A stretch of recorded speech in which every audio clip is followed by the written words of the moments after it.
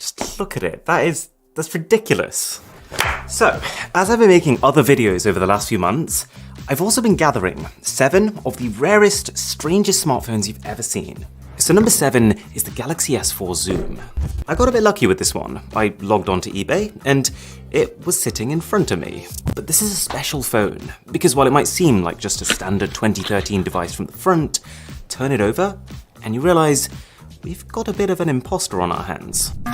But do you want to know the crazy part? All of this stuff is just there so that this phone can have 10 times optical zoom. The modern day Galaxy S21 Ultra also has 10 times optical zoom. It's just, this one doesn't look like it's been let loose in an all-you-can-eat buffet. Samsung wasn't wrong about zoom being a key selling point in the future. It's just that soon after this phone came out, companies figured out a more efficient way of doing it. You see, the traditional method, and how it was done on the S4 Zoom, as well as just generally point-and-shoot cameras, is to have a whole load of stacked bits of glass that, by changing the distance between them, can magnify things without losing quality. But then came the eureka moment of multiple cameras. What if, instead of just one camera that you have to put all of this movable glass in front of so it can reach all of these different magnifications, we just have 2 fixed cameras, one that can capture a wide view and one that can capture that zoomed view. This worked so well that in 2021, every single smartphone uses this technology. And if we test these 2 phones side by side, I mean, obviously we are comparing 2013 to 2021 here, but it's just cool that we're now at a stage where in most aspects, this clever engineering paired with a bit of software magic can outperform last gen's pure optics. Number 6 is the No Phone. Number 6 is the No Phone, and it kind of looks like the pinnacle of stupidity, but it worked. And thanks to Huel for sponsoring this video. Ouch. So this is the packaging, and it's probably its best feature. No, literally, you can do more things with the bag it came in than the thing itself. And is it just me, or does this No Phone look suspiciously like another not-so-innovative device? But what this company did is played on the growing sentiment that tech is ruining our lives. They said to people, do you feel the constant urge to have your phone with you? To which most people probably said yes. Do you wish you could be less attached to it? To which most people probably also said yes. The solution is simple. Hold our thing instead. People bought their vision, this idea that the No Phone was effectively the anti-smartphone, how it's branded as taking 0-megapixel photos and having 0 gigabytes of storage, and how it's toilet bowl resistant. Because it's a sheet of plastic. It was fully funded on Kickstarter. The creators were invited to all manner of interviews and even a TED Talk, and they're still selling them today, 6 years later. Although when I tried to get one, there was a serious stock shortage, and it took them like an extra month to get it to me. But that's even crazier. They're selling bundles, the couple's cure, the family plan, even the employee gift pack. And they released a follow-up device. I really wish I was joking, but this is an actual product. And I'm just sat here trying to think, what would the returns process look like on this? Hey, my No Phone Air doesn't seem to be working.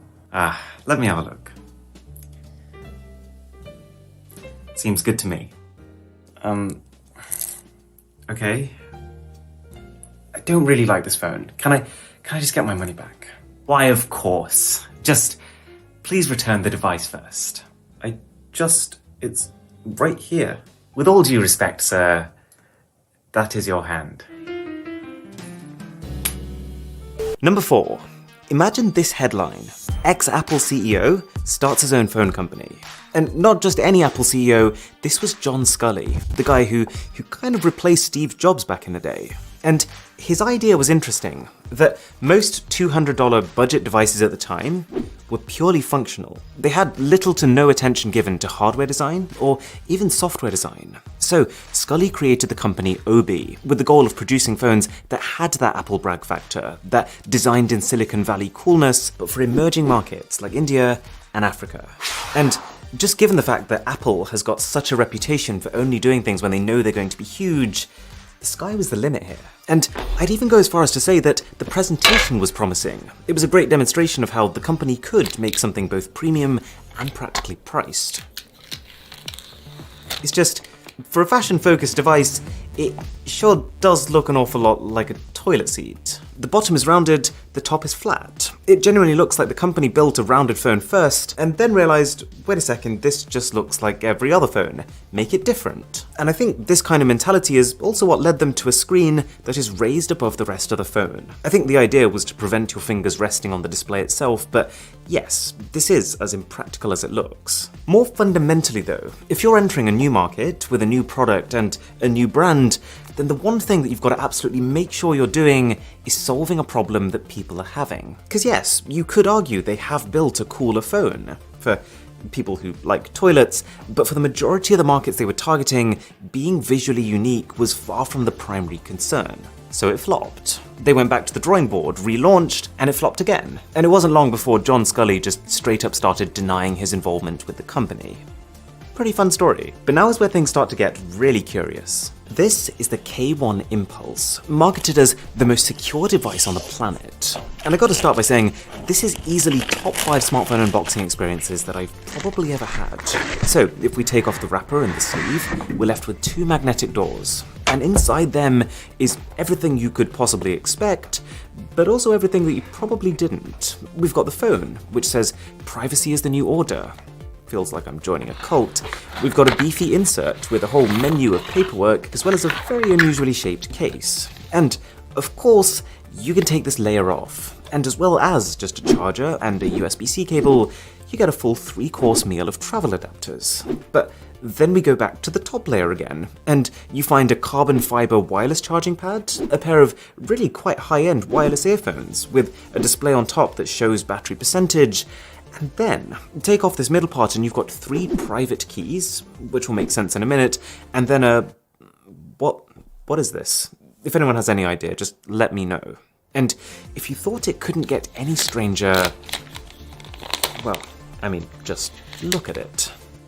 Long story short, this may come as a surprise after that ridiculously embellished unboxing experience, but this phone was a scam. The company had built their own supposedly ultra-secure crypto data OS. These keys, you're actually meant to plug them into the phone so you can enter your own secure vault. And it's the weirdest thing, they tried to legitimize their own security by inviting people to hack them. First thing you see on this website is, hack us for $1 million. Could you ever imagine, like, any legitimate company doing this? And their number one selling point was that this was the first and only phone to run voice over blockchain protocol, or VOBUP. I mean, if we're all inventing words here, then a sub to the channel would be PUPLEBIB. You've probably heard a fair bit about the blockchain. It's the basis of Bitcoin, but at its core, it's just a decentralized way of storing data so that it doesn't belong to any one single person or company. But the issue with blockchain is that it's just not very well understood by most. So this company basically tried to use that ambiguity to make it seem like it had almost magical properties. They said to people things like, you get unlimited storage for free, because blockchain. Anyways, just before this phone came out, the guys behind it were suspected of a scam involving cryptocurrency. And it was bad timing because all of a sudden people were like, wait a second, is anything they said actually true? And sure enough, under scrutiny it turns out that the private keys were just flash drives. Almost every article covering the launch was a paid article by the company, and in the name of supposed security, most basic smartphone features like Gmail, social media, and even importing contacts did not work. And for everyone who messaged their helpline to try and get some support on this, they either got completely blanked, or they got given a 200-word essay on how these were the necessary precautions needed for VOBUP to work. Also, I'm getting the sinking feeling that what they've actually done here is just bought a cheap phone from China and then stuck this fancy casing around it and made it their own. Because otherwise, why does this look suspiciously like a 3D printed cutout? And why else would it have not one, but 2 sets of bezels?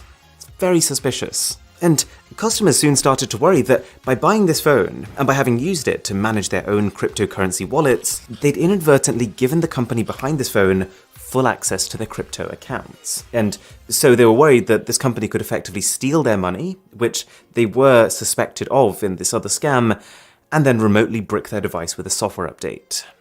Pretty scary stuff. Okay, number 2 is rare. So rare that I couldn't find a single unopened one of these on the entire internet. And the only one that I could find literally came delivered to me in a lunchbox. The ultimate in reusable packaging, I guess. It's just a shame that there are no sandwiches included. Welcome to the Turing phone. And I've got to say, apart from the fact that this kind of feels like holding a pair of scissors on the wrong end, I think it looks gorgeous. It's an almost modular aesthetic, with each panel having a slightly different soft-touch matte finish, with one of them just straight-up dragon-scale texture. It's weird that it works, but I think it does work. And the whole thing is apparently built from liquid morphium, which is stronger than steel. But what is it?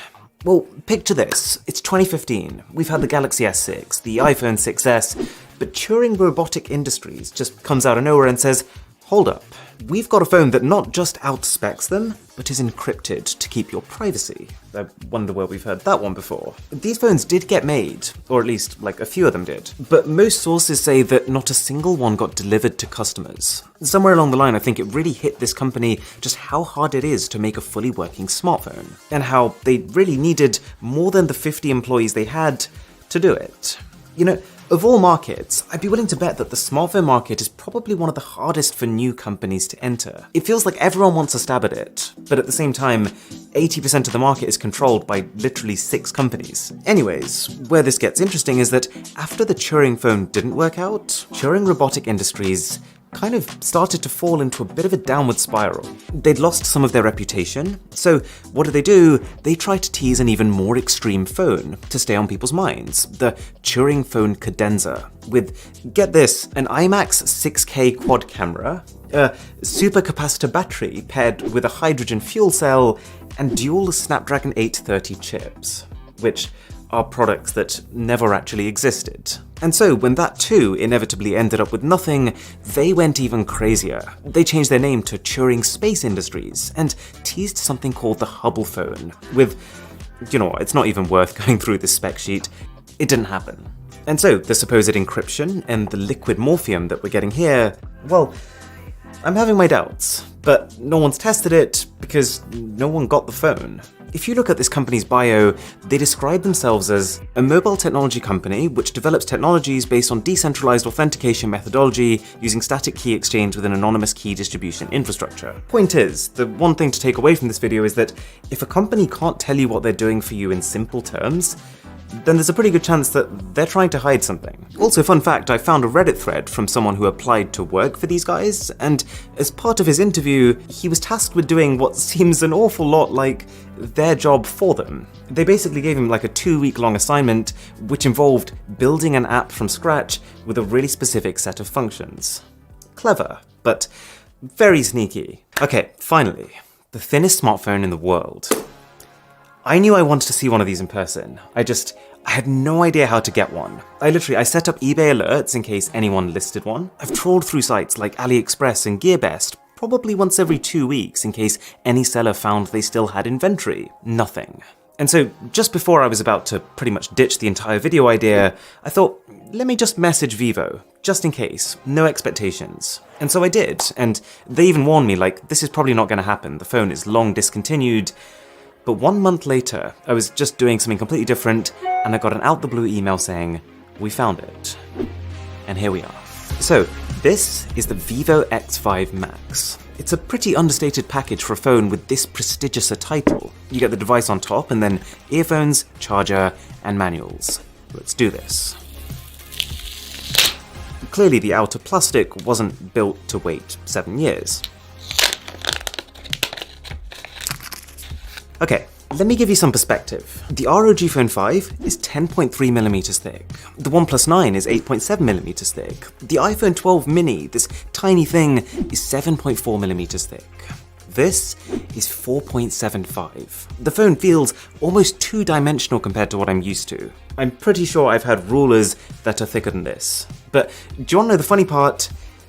They've still managed to get a headphone jack on there. You can actually see that the metal trim of the phone is so narrow that they've had to cut into the backplate just so it fits. Which goes to show that if a company wants to put a headphone jack on a phone, they can put a headphone jack on the phone. And the crazy part of this is that this is 2015. Could you imagine if we wanted to build the thinnest phone in the world now, in 2021, with all our performance and efficiency improvements?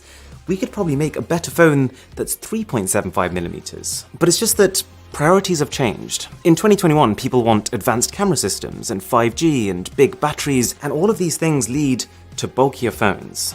Plus, I feel like being this thin is a little counterintuitive, because it's so thin that it's more likely to break, but if you then put a case on it, it's not thin. It's still a beautiful bit of tech to look at, and still an engineering marvel, but I reckon if a company released a really thin phone today, then tons of people would flock to go and see it, but very few of them would actually follow through and buy it.